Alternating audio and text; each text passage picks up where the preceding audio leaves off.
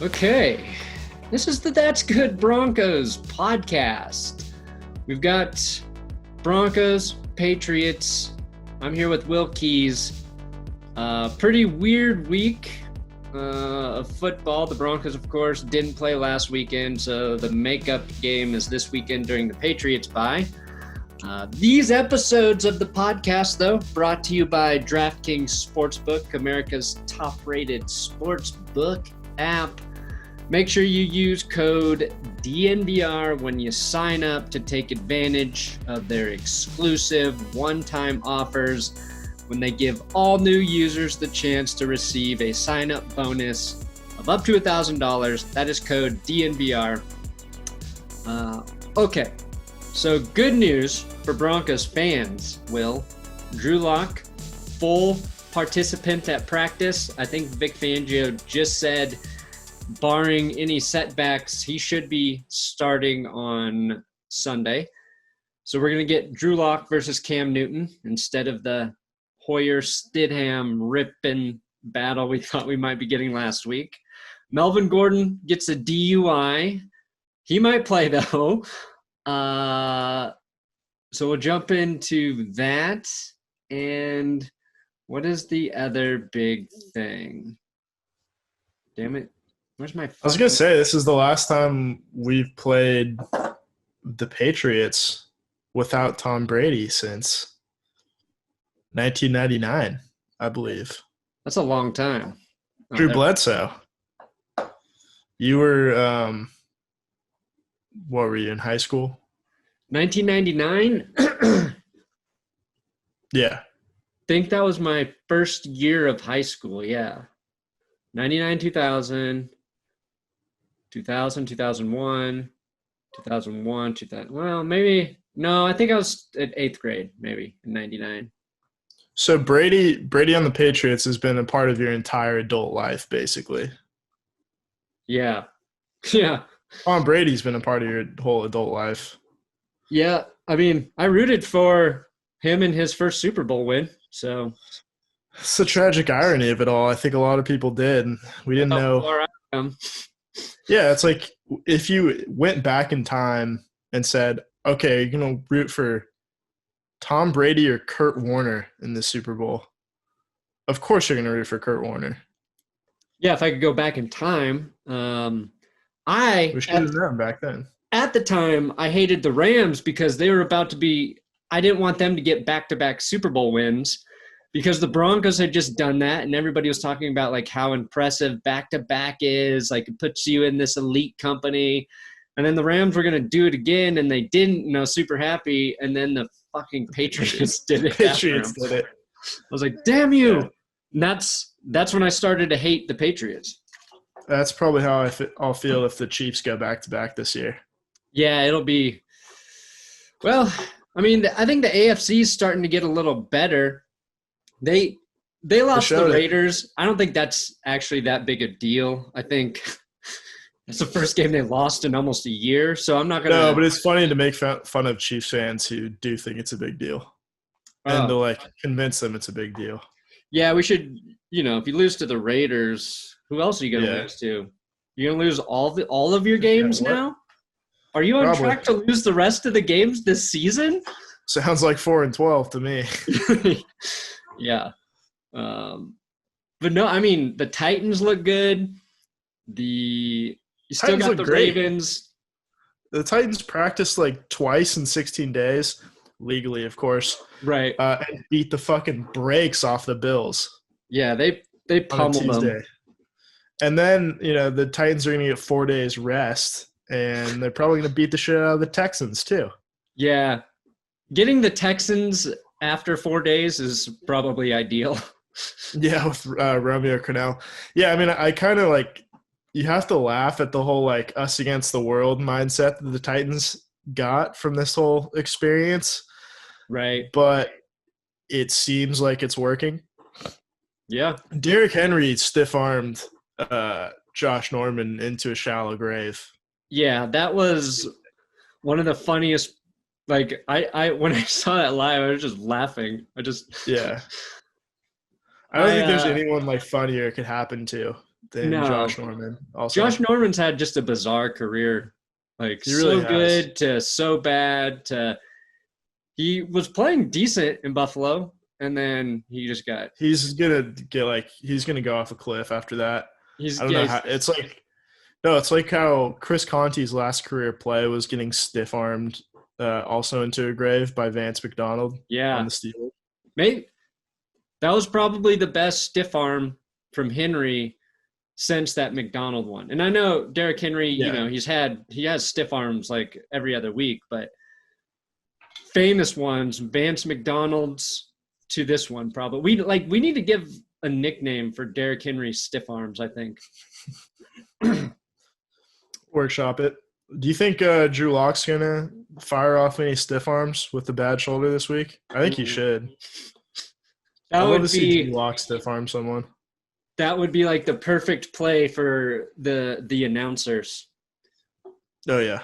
Oh, we can say that his shoulder is healthy. It is 100% ready to lock, cock, and to smoking barrel to the yeah. That's what would happen if I were announcing football games. What announcer is doing this in your mind? It's like all of them. Marv Albert. Probably Ian Eagle. Oh, that's basically Iron Eagle for me. Oh, Patrick Mahomes is a mortician. Oh, he's defying physics. Oh. I'm really sad they broke up Iron Eagle and Dan Fouts. Yeah. That was tough. That's an iconic duo. The bird and the beard. Like, there's no better nickname for announcer duo.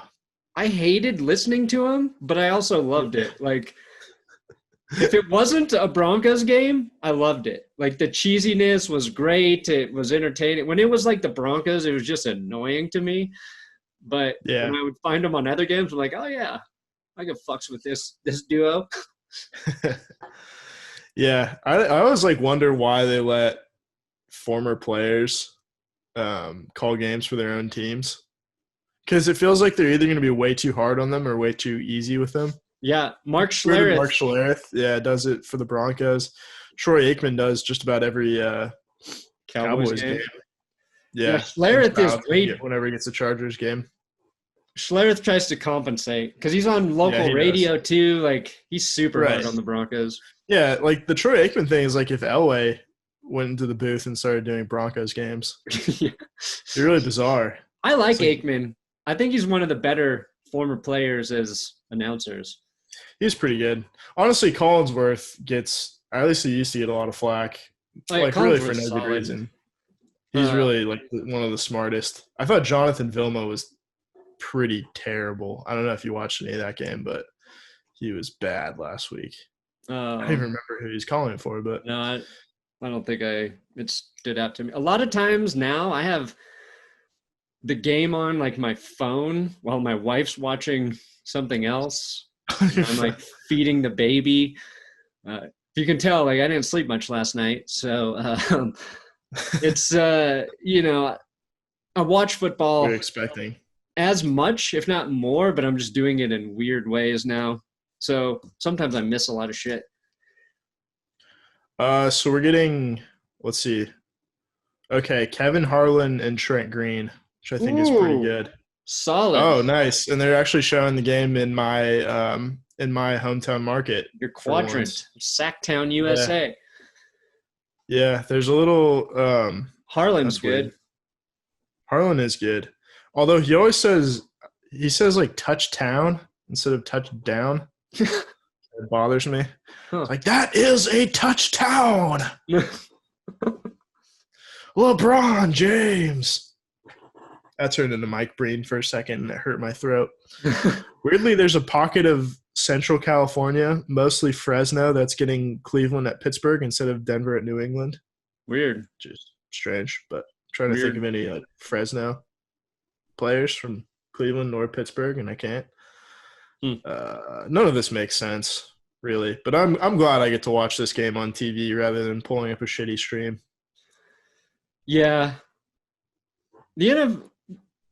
Does anybody still buy like Sunday ticket besides like bars and restaurants?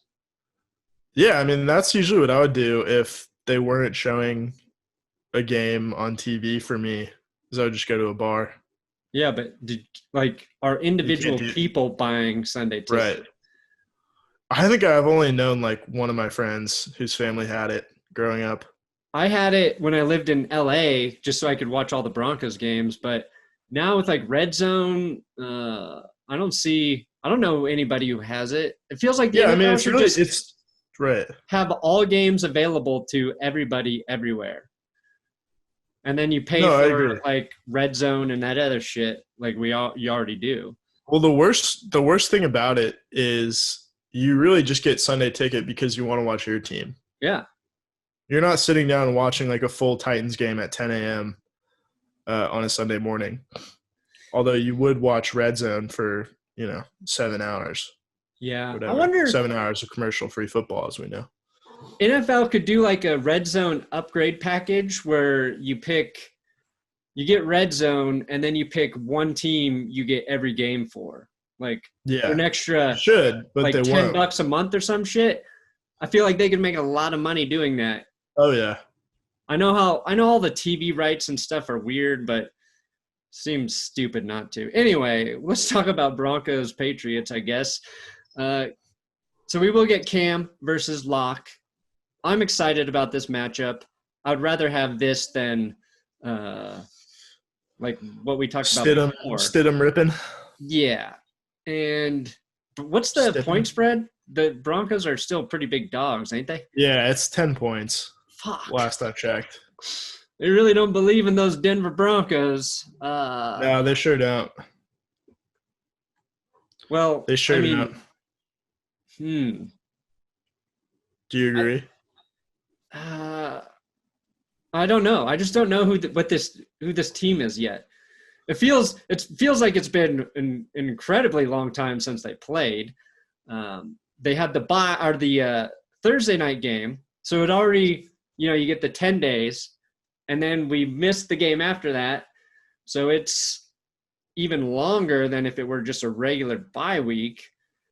And they beat the Jets, but that seems like a fucking decade ago now. They're getting Drew Lock back. Noah Fant returned to practice. Not sure he's going to play. AJ Bouye is doubtful. Melvin Gordon, he's practicing. I don't know why he wouldn't play. Usually the NFL likes to Yeah, usually they let them play until they have their hearing. Yeah. Or whatever. So he should play. Feels like the Broncos they're healthier. Yeah, you had a tremendous tweet about the Melvin Gordon situation, that they should postpone Patriots Broncos until they get it settled. Yeah. That's exactly what I said. Since, they canceled the Broncos Patriots because Patriots had COVID. Yeah. We should figure out this DUI thing first. And I think they should just start postponing games if like the good players aren't healthy yet. Yeah. I think the Broncos should have just had their week one. They should just be starting the season probably. Yeah, no shit. This should be their first game. Yeah, and they'll get Von Miller back by week 8. Yeah, he's targeting a December return, and he's been at practice the last 2 days on his little, the leg scooters. You put your leg on it and you just scoot. So it's cool to see him out there. I think John Elway would approve of his use of a scooter. Indeed. Yeah, Scooter Vaughn. Scooter Vaughn versus Scooter John. The funny part about that tweet that I sent out is the handful of people who don't get that it's a joke. And since somebody has said this to you before, somebody told me that this is the most autistic tweet they have ever read. So I was like, I got to make sure I tell Will that one. There's that. And then I also tweeted about U.S. News said that Denver and Boulder were number 1 and number 2 best cities to live in. And I just tweeted that that's wrong. It's terrible here. Like as like the joke of you don't want more people moving here, which most people get, and some people are like, I really like Denver, Colorado. Why do you hate it so much? What's actually wrong with it? A lot of people like that. They're the reason that that sarcasm tag was invented. Yeah, I hate that thing because it ruins the joke. Yeah, like the whole point of the joke is for you to like realize that it's being sarcastic. I don't know. Seems like a bad idea. Very bad. I do want to find those people that. Either way, regardless. I don't know. I'll tell you what. I'm feeling very unmotivated about this game because we already broke it down 2 weeks ago or a week and a half ago. Right. Yeah, like fucking 2 months ago. So ready for this game. Here's my question. Melvin Gordon gets a DUI and speeding ticket. Cited for going 25 to 39 miles per hour over the speed limit. Yep. Why can't they give us a more specific number than that? Man. I think they have to verify the little radar gun thing to make sure it's properly calibrated. Does it got like stuff like that? Yeah, that's how you argue these things. Does it got a 7 mile per hour what's the my brain is fried. It's margin of error. Error. 7 mile per hour margin of error on either side. So probably. Yeah, I mean, because like I think about it with like my car's speedometer. If it says I'm going like 65, I'm really going like 61. Oh. Which sometimes causes like a little bit of trouble in the freeway. And I'm like, I'm going 75. Or people passing me. Yeah. I'm a 5 mile per hour over guy, and I don't go faster than that, which I think people classify as a slow driver. Yeah. Well, you guys have like 75 zones, right? In some parts, yeah. Mm-hmm. We max out at 65 here. Yeah. In this state. Great state of California. You know, it's much better for traffic. Right. No, I think like the way you argue these things in court is just like, yeah, well, he's going 71 in a 35 mile per hour zone, and the lawyer is just like, well, the gun was broken. How do we know?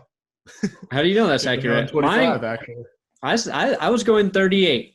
Okay, I was going 3 miles per hour over. I will admit that here in the court now. Yeah. If you want me to pay the ticket, I'll do it. I looked in the field sobriety test. I did not perform well because I am an NFL player and I was injured. Hamstring, twisted ankle. It was nighttime. Like, I would just say I got concussed. My mouth always smells like alcohol because I use these Listerine strips, and sometimes they, just very strong. It smells like a Manhattan. I drink a ton of Listerine because, you have those masks on all day and you're smelling your own breath. Yep. So you have to have good, minty, fresh breath all day. And that's why I was drunk, officer. In my defense, I did not know Listerine could get you drunk. So I didn't realize it, but you know what? You live and you learn, and I won't do it next time on purpose. I hope he plays Melvin Gordon. I do not support DUIing, but no. Against the Patriots, he should be allowed to play. Like, if they were playing a respectable franchise that's never cheated, then sure, okay, do whatever. Give him his 3-game suspension now. So here's what's actually interesting, because the Patriots played a murderer for like a full season after he committed that crime. So yeah, the Raiders played one for 10 years, or the Ravens played one for 10 years. So yeah, Gordon could have his $4.5 million salary voided for 2021. If he gets suspended for 3 games. So I think in his contract, if he gets suspended, the Broncos can void his contract, which is kind of big. So I guess like what a lot of people are talking about is whether or not the Broncos should cut him or sign Le'Veon Bell to replace him. I'm going to give him a big fat no on that one. Yeah, I would rather have Melvin Gordon than Le'Veon Bell. Yeah, what as the a running fuck? There's like Melvin Gordon or Le'Veon Bell's done nothing to indicate that he would be better than Melvin Gordon this season. Yeah, Melvin Gordon's been good. Yeah, he scored touchdowns for this team. Yeah. So I hope both him and Lindsey are on the field because that's what we were excited about watching this year, and we got to see very little of it. Drew Lock being back, that's just going to make watching the game, I hope, feel like a new experience. Like we've been pulled from fucking hell and have a real football team to sort of evaluate. Because when you don't have your starting quarterback in there, it's like nothing else matters. And when somebody got you don't feel like you're like getting anywhere. Yeah. It's like, okay, the offense looks bad, so what? We don't have the guy that's supposed to be leading it. The defense is playing worse because the offense is sucking. Like it affects everything. Yeah, it's like even when like we had just a bad starter in there and it was like Case Keenum for a year. It's like, what is this? Like we're struggling right now, but like we're not building to anything. This isn't like step one in a process. Joe Flacco, you're like, this is definitely not building towards anything. No. And then you get Drew Lock in there and like when you win, it's especially awesome. Even when you lose and he plays well, you're like, okay, well, this is just, we're turning into something here. This is a step in the right direction. This is like, these are the guys that we want out there. And they're getting there slowly but surely. Yeah. I just want to be able to talk some like shit because right now in the AFC West, Chargers fans are excited about a quarterback that hasn't gotten them any wins. But Herbert looks good. That's like that's like the perfect example of what I was like just saying is they're 0-4, but like everyone is absurdly high on Herbert, which he deserves. No, he's playing well, and it's like if you're looking at Herbert in the Chargers, you just want to see if he's playing this well mid-December this season. If he is, then like you should be very sold on him. Early success for rookies, I think, can happen frequently. But Herbert's looked better than Joe Burrow has. But he has and the Chargers don't have a great offensive line because Herbert's under pressure a lot, and he's played really well under pressure. I think that's what's really impressive about him is he's making throws under duress. But Joe Burrow has like one of the worst offensive lines in front of him. I think he's been sacked like 22 times this season so far. So he's getting Derek Carr.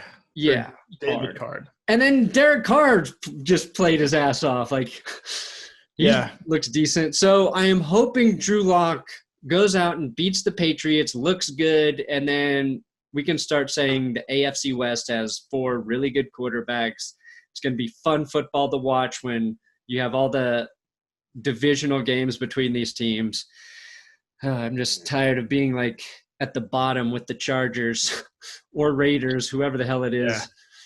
It's just been so much longer than we're used to. Yeah.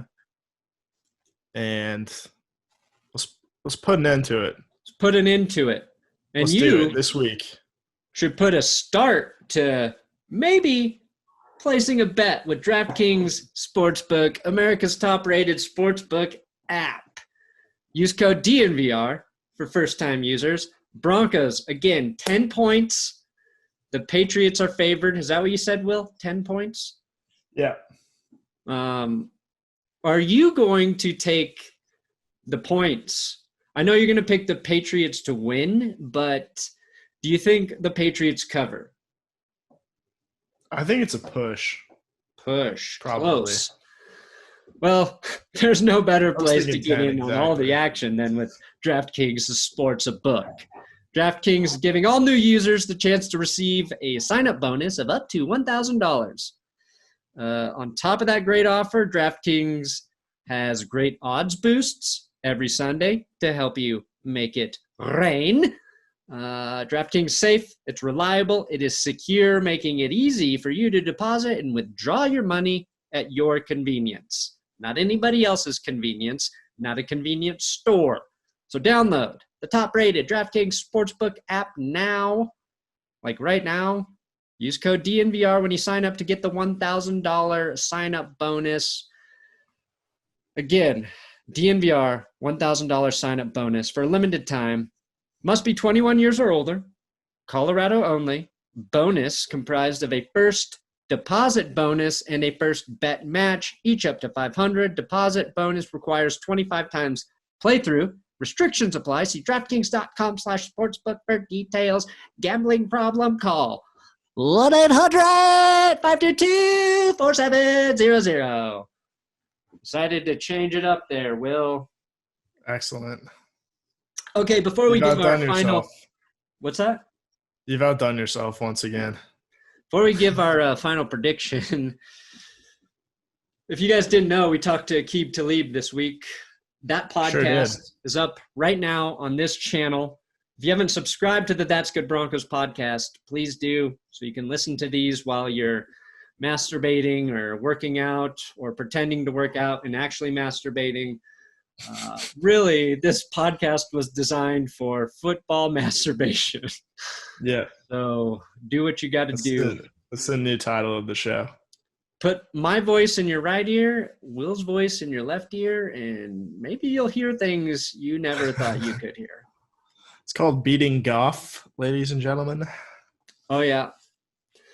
We forgot. Glad he's good again. What's that? Because I'm glad he's good again, so he can Rams are decent. Joke. I think they're very good. Los Angeles. Ooh, somebody posed this question somewhere. Would you take Aaron Donald or Myles Garrett right now? Aaron Donald. Donald? Yeah. Okay. What about you?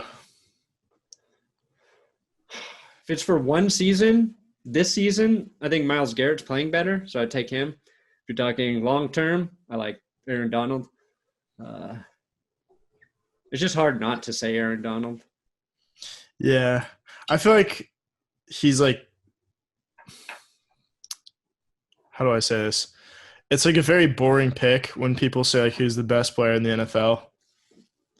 But like you have to say it or else people will call you stupid. Aaron Donald? That's like the football guy pick, right? Right, pretty much. That's exactly what it is. Yeah, and you should like want to be like who's the best player? Yeah, how about Julio Jones? And people are like, no, it's actually Aaron Donald, you fucking moron, you idiot. Do you even watch football? You ever even see a football take your game? eye off the ball and watch the trenches, you imbecile. Have you ever heard about DVOA? Oh, God. I still don't even know what that means. No, and I refuse to find out. All I know is that it doesn't mean shit. Worthless. Christian McCaffrey. Oh, sure. Pick Christian McCaffrey, you Colorado homer. You Caucasian lover. You skill position Caucasian lover. Bastard, your favorite two players in this league are Christian McCaffrey and Cooper Kupp. And Taysom Hill. And Taysom Hill. Taysom Hill would be the widest favorite player to have. Probably. Somehow it's wider than like Andy Dalton. I'm actually curious to see Andy Dalton in a start for the Cowboys this weekend. I am too. Not an Andy Dalton fan, but I'm curious to watch. It's like Dalton's success is like directly correlated to the offense around him. And now he's got a good offensive around him. Very good. He's absolutely not a guy that's going to hold you back, but he's also not going to up the level of play for your team. He's basically as good as the rest of your offense is. That's as good as Dalton is. He's kind of like, I would say, Phillip Rivers with fewer mistakes. Phillip Rivers has more of an explosive upside, but he negates it with explosive bad plays. Right. Yeah, I feel like Rivers is far more entertaining to watch. Oh, way more entertaining. He's just a more entertaining character. Imagine if J.J. Watt had pulled the BB gun shit on Phil Rivers. Philip Rivers be like, I've got 9 kids with BB guns. I'm going to shoot your eyeballs out. Rivers, yeah, the king of clean trash talk. Yeah, Will Smith, the king of clean rap, and Rivers, the king of clean smack. There you go. Okay. Why do you think the Broncos will not win, Will? Cam. I think Cam's a big reason. I'm really worried about just the added dimension, like seeing how the Broncos tackled Sam Darnold 2 weeks ago, or didn't tackle Sam Darnold 2 weeks ago, right. I should say. A little concerning. I think if you go back to Super Bowl 50, like the main thing I was worried about was Cam running the ball. And he ran the ball for like one drive and then just didn't really try after that. That one drive, they scored a touchdown. I was like, if they keep doing this, they're going to move the ball and score some points. Right. So yeah, I feel like he can Belichick's going to like use him that way. And yeah, I mean, McDaniels and Belichick will exploit whatever they can as an offense and put Cam in a good position. Right. I'm just like, I think they can contain him. I think Alexander Johnson as a spy on him, if they still do spies, I don't know, is a solid matchup there. And it's just I kind of have confidence that the Broncos can outmatch their skill players. So it's like Cam or whatever running back they target 40 times in the passing game might be the That's what worries me though, is the running backs. Yeah. I feel like if you get a random Rex Burkhead game or James Burkhead White. Or James White. I forget, it was like a couple weeks ago. James White looked very fast again. I'm just like, oh, fuck, yeah. That guy's still got it. So I think you're right. What worries me, I guess the Patriots defense is not ideal for Drew Lock coming back to.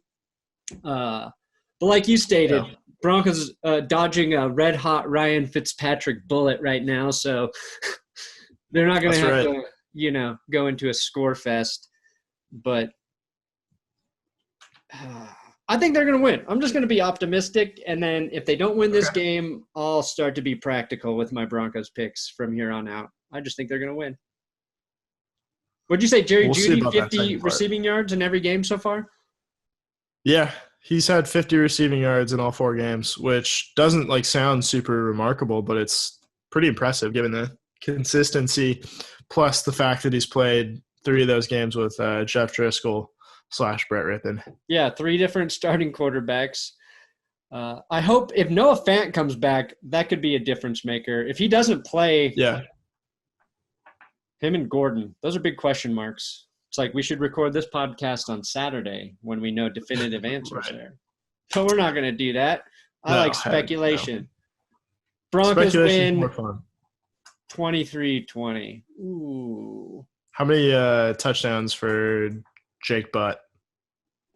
1.5. Scored exactly 9 points on Sunday. Okay, no. Broncos win 22-21. Jake Butt gets a touchdown and the game-winning 2-point conversion. Whoa. There we go. Love it. This is the one game that's going to make me miss Von Miller more than the others. Oh, fuck, yeah. Just not having that psychological edge over Cam. That's like – I mean, maybe he sees those white Broncos uniforms and just gets starts hearing Fortunate Son by Creedence in his head and has kind of flashbacks to Santa Clara. That'd be cool. Some that's type flashbacks for Cam. That's our best strategy on defense. Maybe sign TJ Ward for the game. I was just gonna say it just popped in my mind. They should, because Vance Joseph just snaked somebody off the Broncos practice squad. So the Broncos did he? Yeah. Bastard. Isaiah something. I don't know. I can't keep up. I was, you and I have been working on our fat quarterback episode that's going to go up later today. So, right. Yeah, TJ Ward looking solid. Yeah. He had a huge game in that Super Bowl. Yeah, he had a pick. And the fumble recovery. That pick was just so annoying to watch just because like you just got the sense that he was gonna fumble it, and then he did. You're like, holy shit, they're gonna get the ball at the 1, and then Trevathan dives on it. Danny T. They had so many they recovered like every fumble in that game except for like the Peyton Manning one near the end. Right. Yeah. That game's like it's not satisfying to watch in the same way that Super Bowl 32 is. Just because that game is just so ugly. Yeah, I mean, go back and watch through that season. It's really, yeah, I mean that's exactly how it went. It's ugly. I know. We were talking about that, how it was like the most, or maybe it's my friend I have in real life, just how everything had to go right for the Broncos for that Super Bowl to happen. From just the benching of Peyton Manning to Kubiak putting him back in at the right time, like the Chiefs game with the miraculous win, the Talib pick 6 to get the first win of that season. Just so many. The Dolphins beat the Patriots week 17. They have Denver home field advantage. Brock Osweiler beating the Patriot. Like, it's a crazy season that you will – It's why defensive teams don't win the Super Bowl that often, because you got to have a lot of shit go right for you. The margin of error. You watch like the 2013 Broncos, and like in the regular season and the playoffs, there's like, oh, they just made it here easily. Like they won most of their games by like 2 scores. Yeah. And then of course, they weren't tested. They weren't really battle tested at all, and fucked it up in the biggest game of the season. But then Elway was like, I want defense. And same with the 2012 team. Like they just like beat the shit out of everyone in the regular season after they got on that winning streak, and forgot what it was like to play a close game. And then John Fox was like, 35 seconds. What should we do? Let's take a knee or hand the ball to Ronnie fucking Hillman. Run, Ronnie, run. That's right. You ever see that movie? No. David Cross, Bob Odenkirk. Oh, right. I was just hearing about it. I did read about it recently.